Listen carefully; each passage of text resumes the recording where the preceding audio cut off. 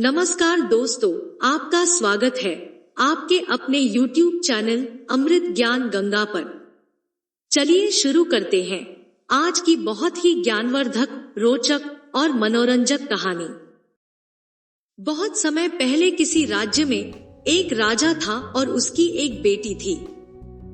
राजा की बेटी बेहद सुंदर पर बहुत ही घमंडी और बदमिजाज थी। उसे कोई भी आदमी पसंद नहीं आता था। राजा उसका विवाह करना चाहता था, पर वह हर लड़के में कोई ना कोई कमी निकालकर विवाह का प्रस्ताव ठुकरा देती। राजा उसकी बदमिजाजी से थक चुका था। अब उसने अपनी बेटी के लिए स्वयंवर रचाने का इंतजाम किया। दूर दूर के नौजवानों को इस स्वयंवर के लिए आमंत्रित किया गया। सभी नौजवानों को उनकी हैसियत के हिसाब से उनके स्थानों पर बैठाया गया। राजा ने अपनी बेटी को स्वयंवर में आमंत्रित राजाओं और राजकुमारों की सभा में बुलवाया ताकि वह अपनी इच्छा से अपने लिए उचित वर चुने। पर राजा की लड़की ने हर उम्मीदवार में कमियां निकालनी शुरू कर दी। उसके लिए कोई बहुत मोटा था तो कोई बहुत पतला, कोई बहुत लंबा था तो कोई बहुत छोटा, किसी की शक्ल मरीज की तरह पीली थी तो किसी की तरबूज की तरह लाल। इस तरह राजा की बेटी ने स्वयंवर में आए हर युवक में कोई न कोई कमी निकालकर किसी से भी शादी न करने का फैसला किया। एक नुकीली ठुड्डी वाले राजा का उसने खूब अपमान किया। राजा की बेटी उसे देखकर बोली, इस राजा की ठुड्डी तो देखो, जैसे एक बत्तख की चोंच। इस घटना के बाद से उस राजा का नाम ही नुकीली ठुड्डी वाला राजा पड़ गया। राजा ने जब अपनी बेटी को सभा में आए हुए राजाओं और राजकुमारों का अपमान करते देखा तो उसे बड़ा गुस्सा आ गया और गुस्से में उसने कहा, इस लड़की ने सभा में आए हुए मेहमानों का बहुत निरादर किया है, इसलिए अब इसे उस भिखारी से विवाह करना पड़ेगा जो भीख मांगने के लिए मेरे दरवाजे पर आएगा। राजा ने बेटी द्वारा किए अपमान के लिए सभी राजाओं और राजकुमारों से क्षमा मांगी और आदर सहित उन्हें विदा किया। कुछ दिनों बाद एक भिखारी गायक राजा के महल के सामने गाना गाकर भीख मांगने आया। जैसे ही राजा ने उसका गाना सुना, उस भिखारी को अपने महल में बुलवाया। वह मैले कुचैले कपड़ों वाला भिखारी जब महल में पहुंचा तो राजा उस भिखारी से बोला, मुझे तुम्हारा गाना बहुत ही पसंद आया, इसलिए मैं तुम्हें इसके बदले अपनी बेटी उपहार में देता हूँ। आज से तुम ही मेरी बेटी के पति हो। राजा की बेटी ये सब सुनकर सन्न रह गई और शादी से इनकार करने लगी। पर राजा बोला, मैंने तेरे स्वयंवर वाले दिन ही ये कसम खाई थी कि मैं तेरा विवाह अपने दरवाजे पर आने वाले पहले भिखारी से करूंगा। आज मैं अपनी उसी कसम को पूरा कर रहा हूँ। राजकुमारी खूब रोई धोई, पर वह राजा के निश्चय को नहीं बदल सकी। राजा ने उसी समय राजपुरोहित को बुलवाकर अपनी बेटी की शादी उसी भिखारी गायक के साथ कर दी।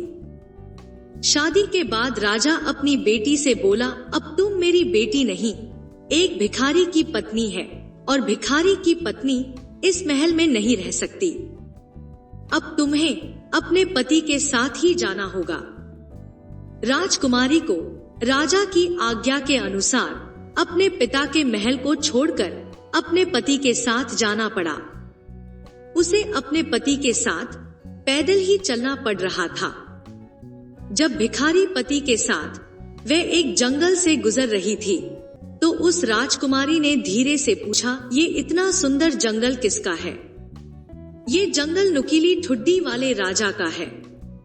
अगर तुम उससे शादी कर लेती तो ये सुंदर जंगल आज तुम्हारा होता, भिखारी ने जवाब दिया। राजकुमारी मन ही मन बहुत पछताने लगी और बोली, काश मैंने उस नुकीली ठुड्डी वाले राजा से शादी कर ली होती। जंगल से निकलकर दोनों एक बड़ी सी नगरी से गुजरने लगे तो राजकुमारी ने भिखारी पति से फिर पूछा, ये सुंदर सा नगर किसका है? पति ने जवाब दिया, ये सुंदर सा नगर उसी नुकीली ठुड्डी वाले राजा का है। राजकुमारी ने एक गहरी सांस भरी और बोली, काश मैं उसी राजा से शादी कर लेती। भिखारी ने जब उसे फिर से ये कहते सुना तो वह राजकुमारी से बोला, मुझे ये बिल्कुल भी पसंद नहीं है कि तुम मेरी पत्नी होने के बाद भी किसी दूसरे आदमी के बारे में सोचो। आखिर में दोनों एक छोटे से कच्चे घर के पास पहुंचे। वहां पहुंचकर भिखारी पति राजकुमारी से बोला, यही हमारा छोटा सा घर है, इसी में हम एक साथ रहेंगे। वह घर इतना छोटा था कि 2 आदमी मुश्किल से रह सकते थे। उसके दरवाजे इतने छोटे थे कि उसमें झुककर जाना पड़ता था। लड़की ये सब देखकर बहुत दुखी हो रही थी। उसने अपने भिखारी पति से पूछा, यहाँ के नौकर चाकर कहाँ है? भिखारी राजकुमारी का ये प्रश्न सुनकर बोला, कैसे नौकर चाकर? यहाँ तो सारा काम तुम्हें खुद ही करना पड़ेगा। अब तुम उठो और चूल्हा जलाकर कुछ भोजन आदि का प्रबंध करो, मुझे बड़ी भूख लग रही है।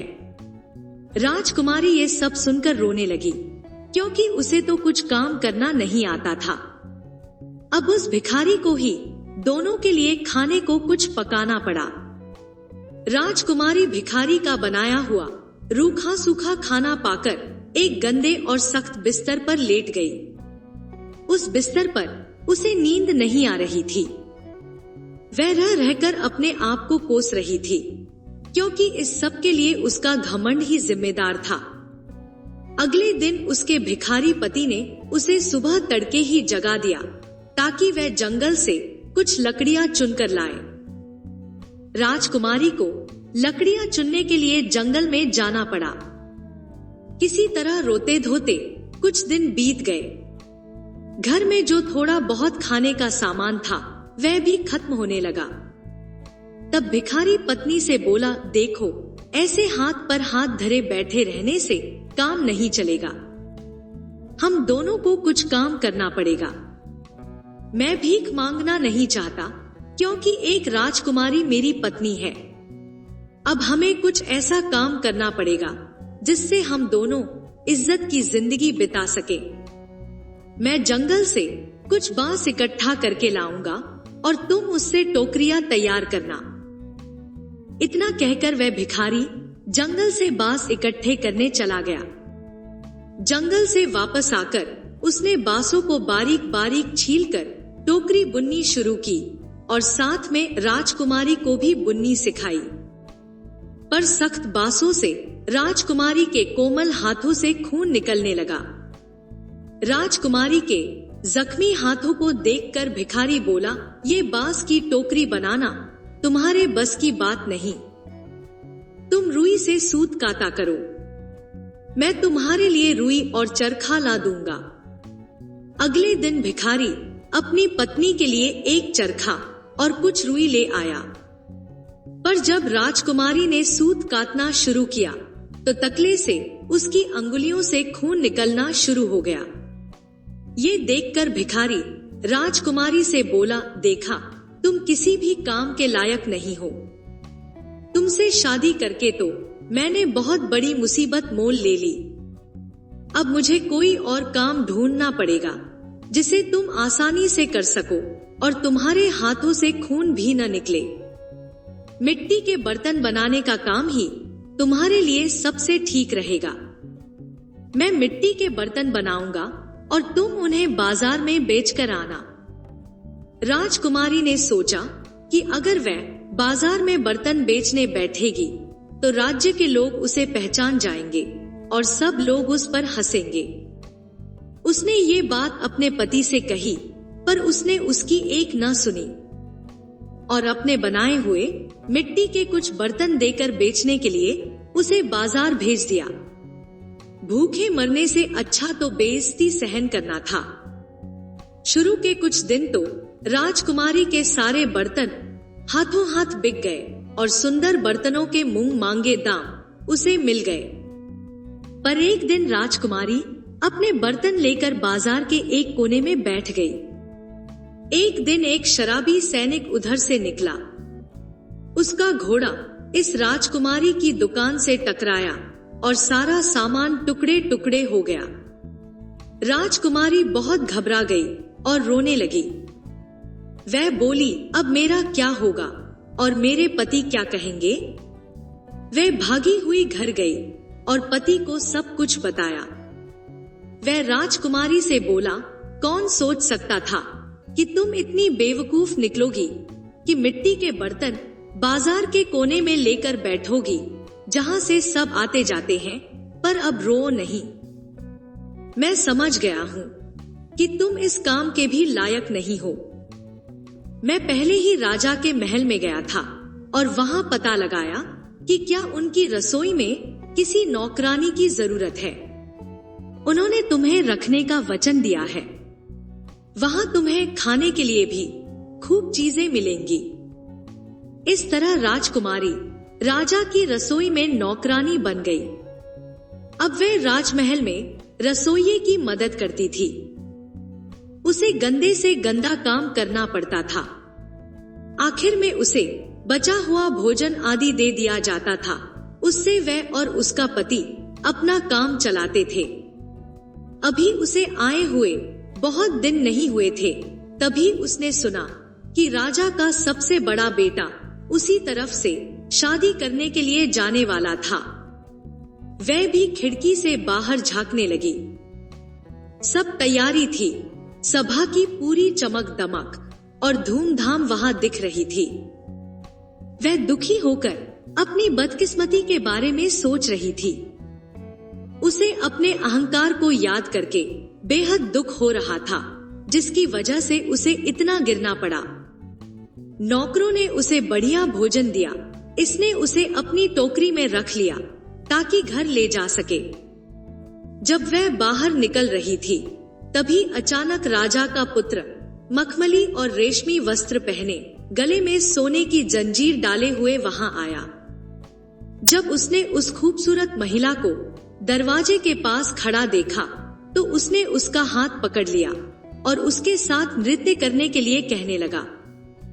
लेकिन उसने नृत्य करने से इनकार कर दिया और वह बहुत डर गई, क्योंकि उसने देखा कि वह नुकीली ठुड्डी वाला राजा ही था। वह प्रेमी जिसे उसने घृणा के साथ अस्वीकार कर दिया था। उसने अपने आप को छुड़ाने की बहुत कोशिश की, परंतु वह उसे एक हॉल में खींच कर ले गया।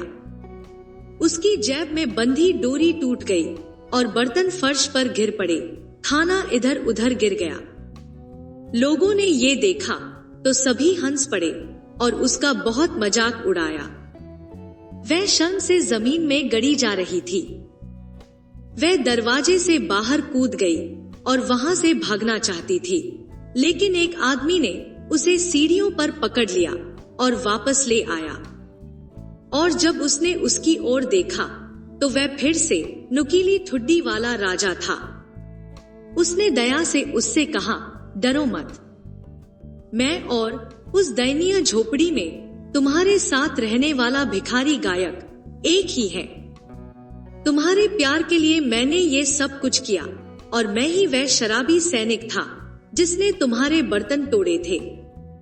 ये सब तुम्हारी घमंडी आत्मा को नम्र करने के लिए किया गया है, और जिस घमंड से तुमने मेरा उपहास किया है, उसके लिए तुम्हें दंड देने के लिए ये सब किया है।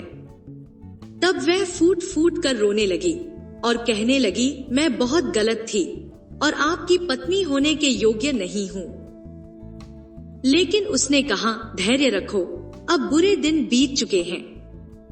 अब हम अपनी शादी का जश्न मनाएंगे। तब नौकरानियां वहां आई और उसे सबसे शानदार कपड़े और गहने आदि पहनाए गए। शादी के जश्न में उसके पिता और उसका पूरा दरबार आया और नुकीली ठुड्डी वाले राजा के साथ उसके विवाह में उसकी खुशी की कामना की।